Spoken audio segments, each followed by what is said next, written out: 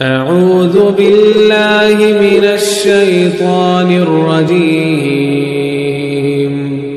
بسم الله الرحمن الرحيم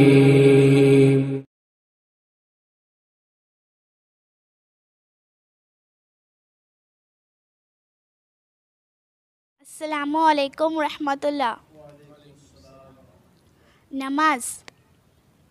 ایمان لانے کے بعد مسلمانوں پر سب سے پہلے جو عبادت فرض ہے وہ نماز ہے۔ نماز کو قرآن میں صلاۃ کہا گیا ہے۔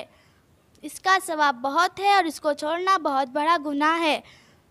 قرآن مجید کی بہت ساری آیتوں سے نماز کی اہمیت کا پتہ چلتا ہے۔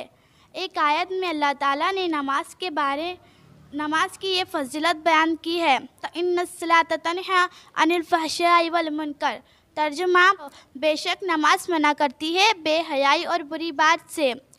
نماز کے بارے میں اللہ تعالیٰ کے پیارے رسول حضرت محمد صلی اللہ تعالیٰ علیہ وسلم نے فرمایا: خمس صلوات افترضہن اللہ تعالیٰ من احسن وضوءہن وصلاہن لوقتہن واتم رکوعہن وخشوعہن كان له على الله أحد أن يغفر له ومن لم يفعل فليس له على الله أحد إن شاء غفر له وإن شاء عذبه۔